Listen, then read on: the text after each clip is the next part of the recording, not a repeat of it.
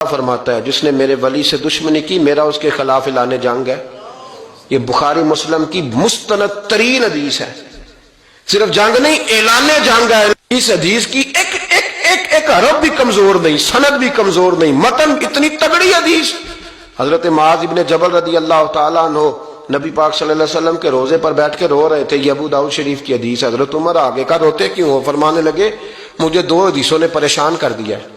ایک تو نبی پاک نے فرمایا چھوٹی سی ریاکاری بھی شرک ہے، اگرچہ شرک اصغر ہے پر انسان سے غلطی ہو ہی جاتی ہے۔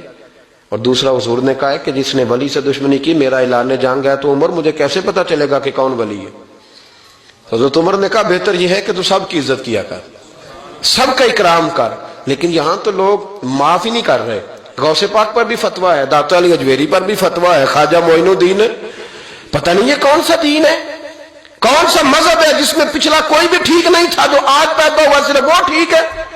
انڈیا پاکستان بنگلہ دیش میں یہاں کے نا حدیث کو چھوڑ دیتے ہیں کیونکہ انہوں نے اپنے بابے نکالنے ہوتے ہیں اس حدیث میں سے۔ اللہ تعالیٰ فرماتا ہے جو میرے ولی سے دشمنی کرے میرا اس کے خلاف اعلان جنگ ہے، اور میرا بندہ میرا قرب حاصل نہیں کر سکتا مگر فرائض میں پابندی سے، اور نوافل میں کثرت سے میرا اتنا قرب حاصل کر لیتا ہے کہ میں اس کے ہاتھ بن جاتا ہوں جس سے وہ پکڑتا ہے، میں اس کے پاؤں بن جاتا ہوں جس سے وہ چلتا ہے، میں اس کے کان بن جاتا ہوں جس سے وہ سنتا ہے، میں اس کی زبان بن جاتا ہوں جس سے وہ بولتا ہے، میں اس کی آنکھیں بن جاتا ہوں جس سے وہ دیکھتا ہے۔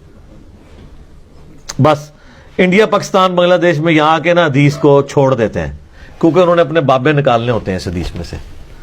اچھا، اور یہ حدیثیں ان بابوں پہ فٹ کر رہے ہوتے ہیں جنہوں نے اپنے ناموں کے کلمے پڑھائے ہیں، جنہوں نے انڈیا پاکستان میں شرک پھیلایا ہے۔ مجھے بتائیں قرآن اگر ولی اللہ کی بات کرتا ہے تو اس ولی اللہ کی کرے گی نا جو قرآن کے موجود جب نازل ہو رہا تھا اس وقت جو لوگ تھے۔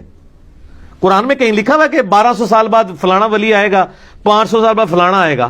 قرآن جب ولی کی بات کرتا ہے تو کس ولی کی بات کرتا ہے؟ صحابہ اور اہل بیت کی، جن کی کوئی کرامت نہیں ہے۔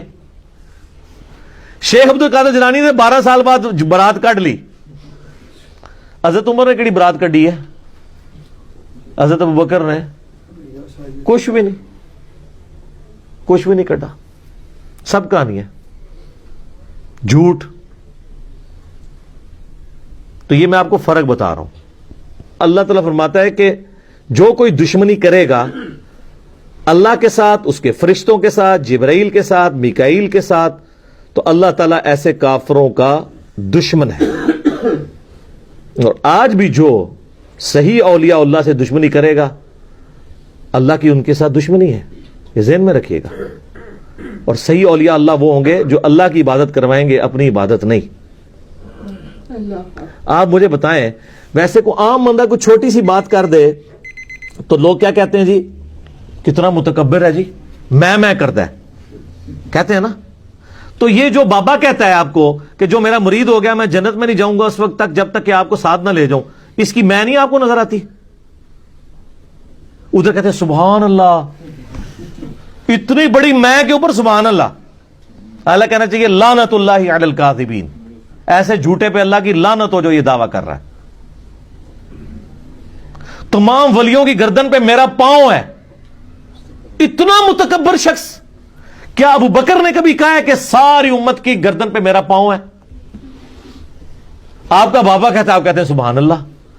تو لعنت ہے پھر ایسے عقیدے کے اوپر جو ایسے متکبرین کو اولیاء اللہ سمجھتے ہیں۔ میں ان بزرگوں کو کچھ نہیں کہہ رہا، ہوتا ہے انہوں نے نہ کہا ہو، لیکن آپ کہانیاں کروا رہے ہیں کہ انہوں نے کہا ہوا ہے۔ تو آپ ذرا تھنک آؤٹ آف باکس کریں جو اتنا متکبر ہو۔